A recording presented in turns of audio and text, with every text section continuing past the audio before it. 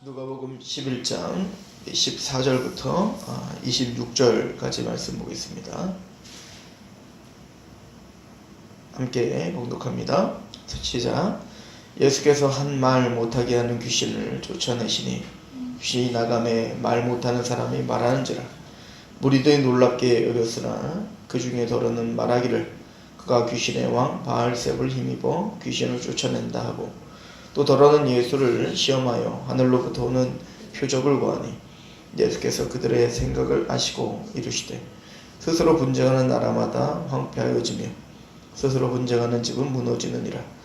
너희 말이 내가 바알세불을 힘입어 귀신을 쫓아낸다 하니, 만일 사탄이 스스로 분쟁하면 그의 나라가 어떻게 서겠느냐. 내가 바알세불을 힘입어 귀신을 쫓아내면 너희 아들들은 누구를 힘입어 쫓아내느냐. 그러므로 그들이 너희 재판관이 되리라. 그러나 내가 만일 하나님의 손을 힘입어 귀신을 쫓아낸다면 하나님의 나라가 이미 너희에게 임하였느니라. 강한 자가 무장을 하고 자기 집을 지킬 때에는 그 소유가 안전하되, 더 강한 자가 와서 그를 굴복시킬 때에는 그가 믿던 무장을 빼앗고 그의 재물을 나누느니라. 나와 하나님께 함께하지 아니하는 자는 나를 반대하는 자요, 나와 함께 모으지 아니하는 자는 해치는 자니라. 더러운 귀신이 사람에게 나갔을 때에 물 없는 곳으로 다니며 쉬기를 구하되 얻지 못하고 이에 이르되 내가 나온 내 집으로 돌아가리라 하고 가서 보니 그 집이 청소되고 수리되었거늘. 이에 가서 저보다 더 악한 귀신 7을 데리고 들어가서 거하니 그 사람의 나중 형편이 전보다 심하게 되느니라. 아멘.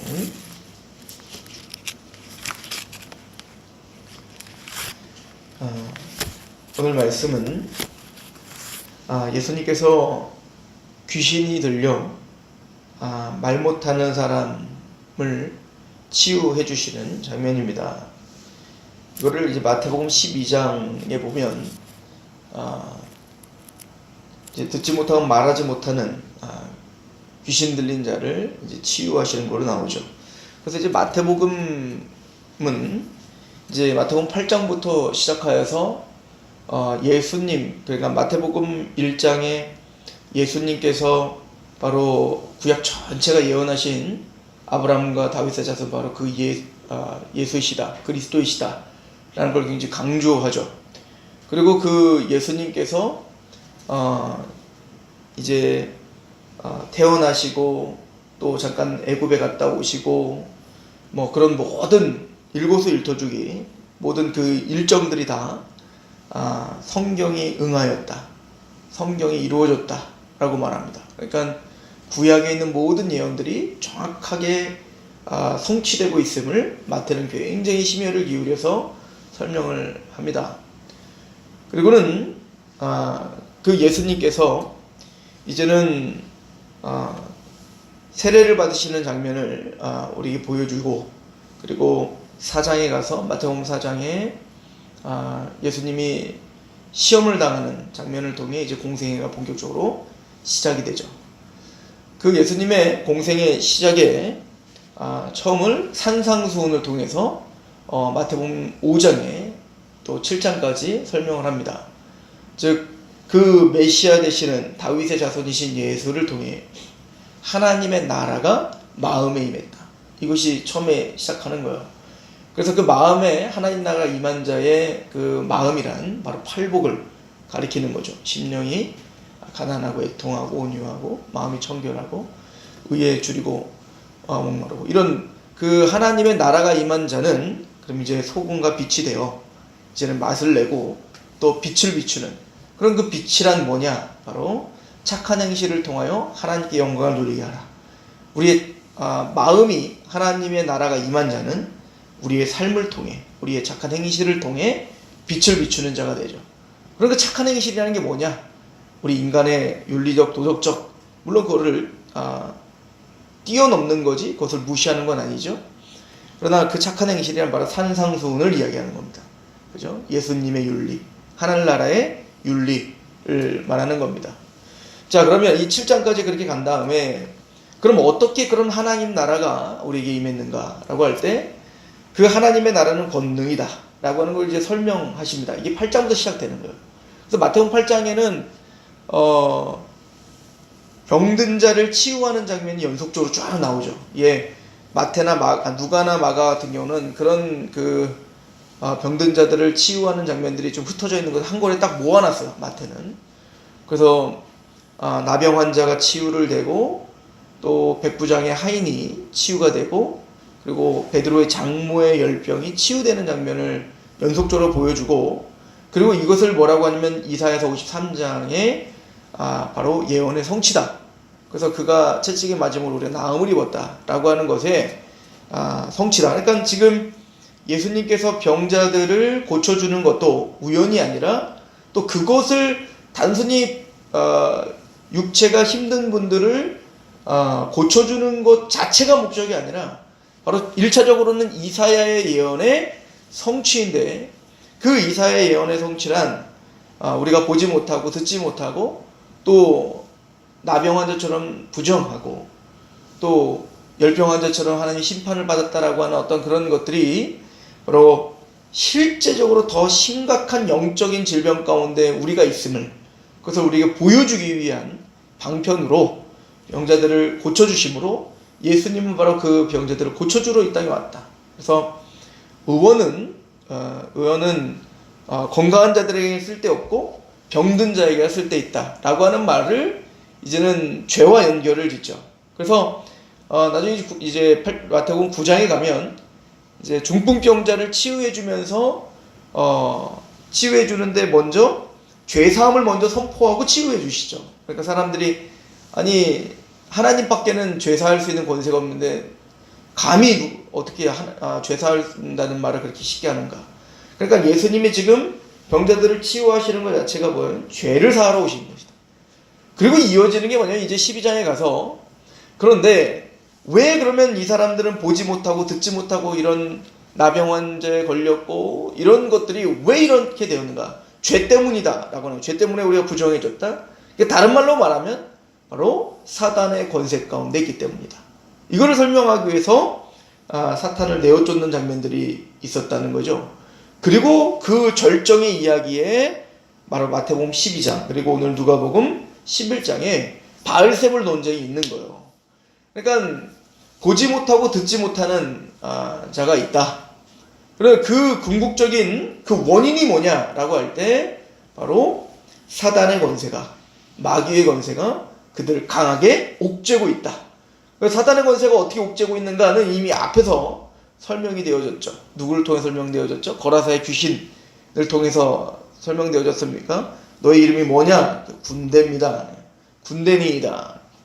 그러니까 그 군대, 그리고 이제 그 돼지떼로 갔는데 2,000마리의 돼지가, 마가복음의 기록을 보면 2,000마리의 돼지가 빌탈길 다 떼죽음을 당하죠. 그러니까 2,000마리가 넘는, 그러니까 어마어마한 군대가 그 한 영혼을 에워싸고, 그죠? 강하게 붙잡고 있기에 우리는 사실은 보지 못하고 듣지 못하고 그렇게 죄 가운데 살 수밖에 없는 존재임을, 그 인간의 비참함, 그러니까 죄와 사단의 권세에 있는 자들의 비참함이 무엇인지를 우리에게 현실감 있게 보여주기 위한 방편이 바로 이런 축사 사역이었음을 우리는 이미 상고를 했죠. 이제 그런 큰 흐름 가운데 마태는 그것을 이 죄와 사단의 권세와 또 예수님이 이 땅에 그러면 어떻게 그 죄와 사단의 권세를 부시러 왔는가 라고 하는 것을 설명하는데 굉장히 심혈을 기울입니다. 누가 같은 경우는 바로 그런 큰 흐름을 같이 가되 사실은 이제 하나님의 나라가 지금 힘있게 임하고 있다, 임했다 라고 하는 것에 물론 마태도 마찬가지지만요 강조점이 있죠. 그래서 오늘 말씀에 보면 14절에 예수께서 한 말 못하게 하는 귀신을 쫓아내시니 귀신이 나가면 말 못하는 사람이 말하는지라. 그러니까 사단의 권세 가운데, 귀신의 권세 가운데 지금 말을 못하고 있는 한 사람이 있습니다. 그 사람이 예수님을 만나니 말을 하게 되었다 라고 하는 건 뭐죠? 그 안에 하나님의 능력이, 그 하나님의 힘이, 그 하나님의 나라가 힘있게 지금 치고 들어가 그를 지금 치유했다는 거죠. 회복했다는 거죠. 이게 지금 굉장히 중요한 거예요. 15절에 그 중에 더러는 말하기를 그가 귀신의 왕 바알세볼을 힘입어 귀신을 쫓아낸다고 하고, 또 더러는 예수를 시험하여 하늘로부터 오는 표적을 구하니 예수께서 그들의 생각을 아시고 이르되 스스로 분쟁하는 나라마다 황폐하여지며 스스로 분쟁하는 집은 무너지느니라. 너희 말이 내가 바알세볼을 힘입어 귀신을 쫓아낸다고 하니 만일 사탄이 스스로 분쟁하면 그의 나라가 어떻게 서겠느냐. 내가 바알세볼을 힘입어 귀신을 쫓아내면 너희 아들들은 누구를 힘입어 쫓아내느냐. 그러므로 그들이 너희의 재판관이 되리라. 그러나 내가 만일 하나님의 손을 힘입어 귀신을 쫓아낸다면 하나님의 나라가 이미 너희에게 임하였느니라. 이렇게 표현하죠. 그러니까 그 예수님이 귀신을 내어 쫓는, 그래서 말 못하는 사람을 말하게 하는 장면을 보면서 두 가지 이제 공격을 들어오죠. 첫 번째는 당신은 바알세불의 힘을 빌어 그런 능력이 나타나는 거다 라고 이제 예수님을 공격하는 것이고, 두 번째는 뭐냐면 예수님을 시험하면서 표적을 구했다. 이 두 가지예요. 그때 이제 예수님이 첫 번째 대답, 그 바알세불을 통하여 그 일이 일어났다 라고 할 때 20절을 보시죠. 그러나 내가 만일 하나님의 손을 힘입어 귀신을 쫓아낸다면, 여기서 하나님의 손이라고 하는데 뭐 풋노트 밑에 달린 거 보면 손가락이라고 써 있죠. 이게 원래 직역을 하면 하나님의 손가락을 힘입어 귀신을 내어 쫓았다 라고 이제 예수님 말씀하시는 거예요. 이런 하나님의 손가락이다 라고 하는 구절이 있어요. 이게 출애굽기 8장 그 19절이거든요. 출애굽기 8장 19절에 보면 요술사가 바로에게 말하되 이는 하나님의 권능이니이다 하였으나 바로의 마음이 완악하게 되어 그들의 말을 듣지 아니하였으니 여호와의 말씀과 같더라. 이게 그 출애굽기의 이제 10가지 재앙 중에 이제 티끌이 이가 되는 그 장면이거든요. 그때 이제 요술사가 이제 다 따라하잖아요. 그 따라하니까 봐라 우리 요술사 다 따라한다. 그랬더니 그때 이제 그 티끌을 모든 티끌을 다 이로 만들어 가지고 이제 재앙이 온 거거든요. 그때 이 요술사가 그건 따라할 수가 없는 거예요. 그리고는 그때 한 얘기가 뭐냐면 요술사가 바로에게 말하되 이는 하나님의 권능입니다. 이 권능이라는 말이 그 또 거기도 풋노트가 달려 있어요. 손가락입니다. 이렇게 말하는 거예요. 똑같은 겁니다.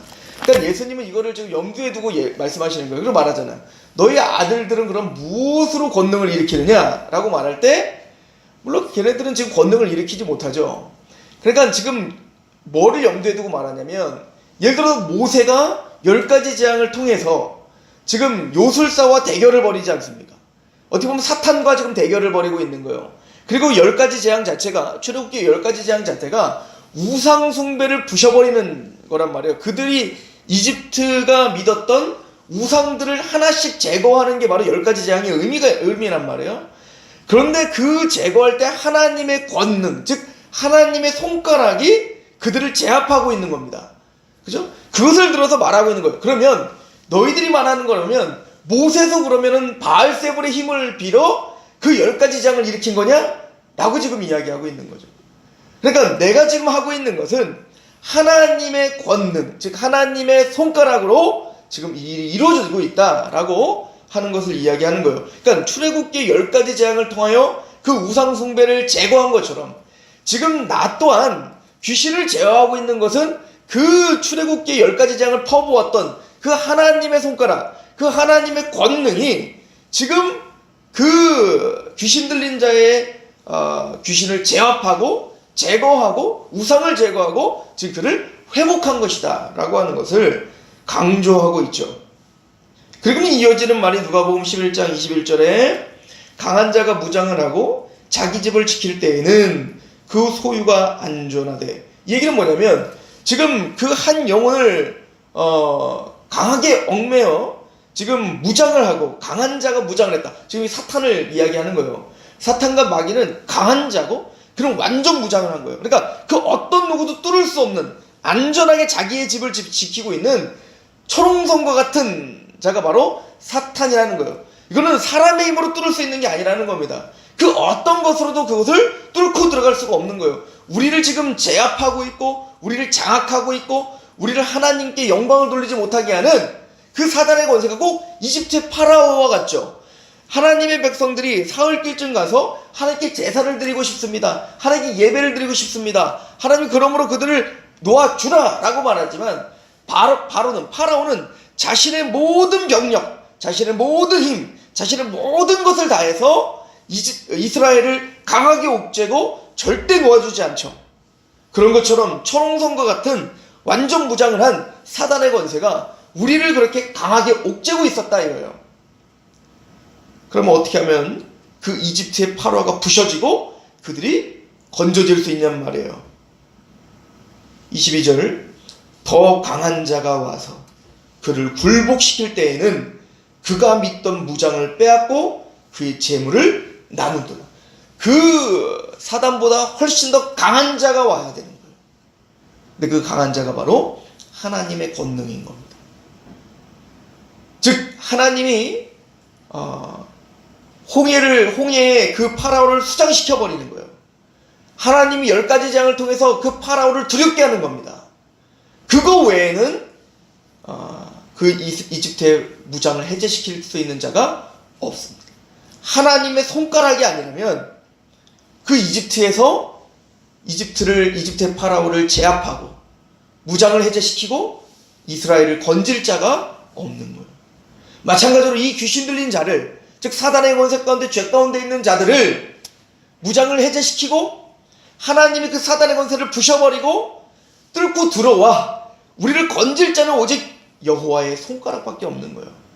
사실 이걸 마태복음은 뭐라고 표현하고 있냐면 성령을 통하여 귀신이 여쫓는 거였다면 하나님 나라가 이미 임하였느니라 이렇게 표현하고 있죠. 성령이 바로 하나님의 손가락이죠. 그러니까 성령님이 바로 그 권능인 겁니다. 성령님이 바로 그 능력인 겁니다. 그 성령님을 통하여 우리 마음에 강하게 뚫고 들어와 무장을 해제시키고 하나님 앞에 우리를 순복시키는 그 능력이 바로 성령님이신 거죠. 그래서 하나님의 나라는 먹는 것과 마시는 것에 있는 것이 아니라 성령 안에서 의와 평강과 희락이라 라고 말하는 거예요. 성령 안에서 우리는 믿음으로 의롭다움을 받는 겁니다. 성령 안에서 그 죄와 사단의 권세가 우리를 가로막아 하나님을 보지 못하고 듣지 못하고 말하지 못하게 하는 우리의 그 완악함을 그 성령님의 능력이 뚫고 들어와 무장을 해제시켜버리고 예수 그리스도를 보게 한다고요. 우리 지혜가 되어주신다고요. 하나님의 기름 부으심을 통하여 우리는 모든 것을 안다라고 요한일서가 말한 것처럼 성령님의 그 거듭나게 하시는 은혜로 우리는 그 하나님의 은혜를 알게 된다고요. 그래서 믿음으로 의롭다움을 받고 이제는 그 하나님과 화평을 누리며 장차 우리에게 주어질 그 소망을 바라보며 즐거워하게 하는 능력, 바로 성령님이 우리 안에서 하나님의 나라를 이루시는 거죠. 저는 우리가 지난번에 봤던 11장 1절부터 13절의 말씀과 오늘 말씀은 직결되어 있다라고 믿습니다. 기도에 대한 이야기를 하면서 이 누가가 강조하고 있는 것은 바로 기도의 내용은 하나님의 거룩한 이름이 영광받는 것, 하나님의 이름이 거룩형을 받기 위해 하나님의 나라가 임하기를 원하는 소망함이 있어야 되고, 날마다 우리가 살아가고 있는 것이 날마다 일용한 양식을 주시는 하나님의 은혜인 것을 인정하며 살아야 되며, 또 하나님의 나라와 하나님의 거룩함을 돌리기 위해 우리가 이렇게 죄 지은 모든 사람을 용서하는 삶을 살며, 또 그 모습을 보면 내가 얼마나 또 죄인인지를 깨달아 하나님 앞에 우리의 죄를 사해 주옵소서라고 납작 엎드려 낮아진, 그리고 우리는 끊임없이 죄와 사단의 권세 가운데 또 넘어질 수밖에 없는, 그러므로 우리가 시험에 들게 하지 마십시오 라고 하나님의 영광, 하나님의 거룩한 이름을 위해 살기를 원하는 우리, 그걸 위해서 우리는 구할 수밖에 없는 거예요. 어떻게?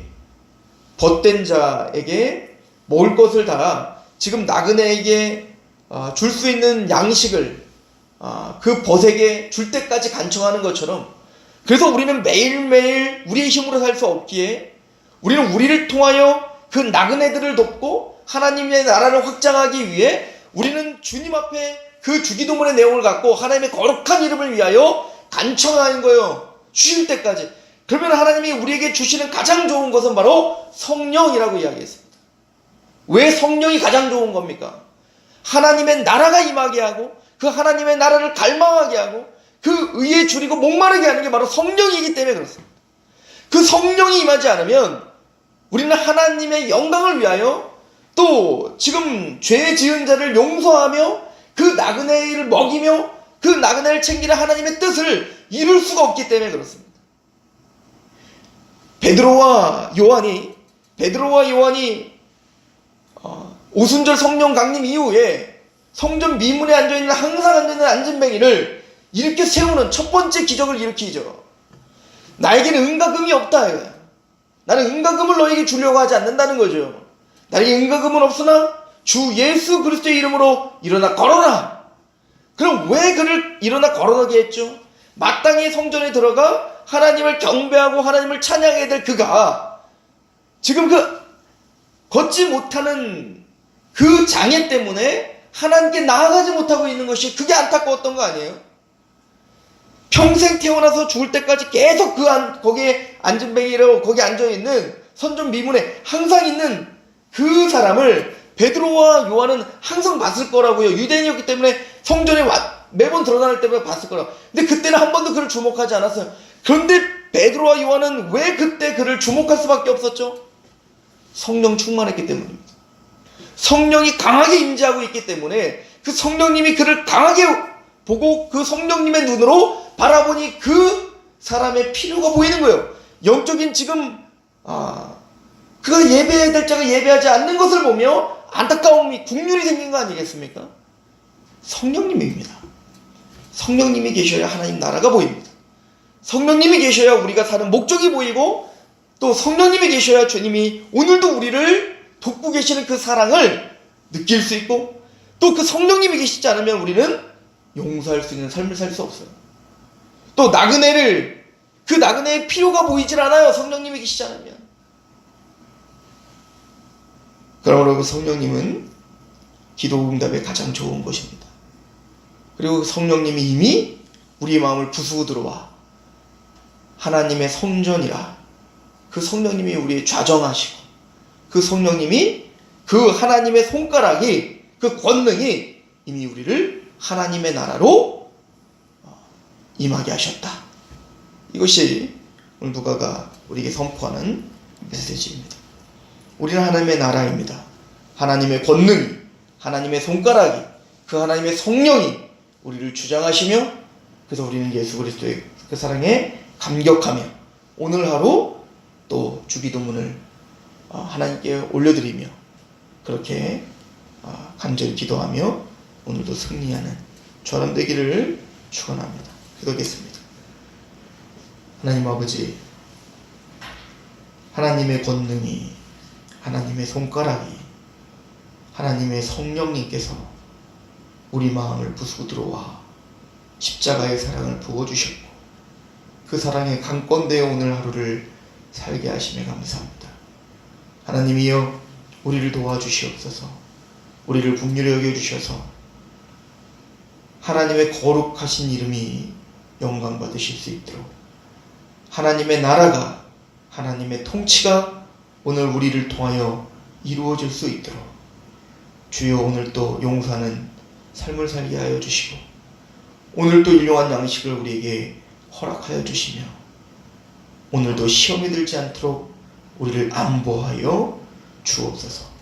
그 성령님께서 하나님의 나라로 우리를 성장시키시며 확장시키시며 또 능력으로 승리하게 하옵소서. 예수 그리스도의 이름으로 감사하며 기도합니다.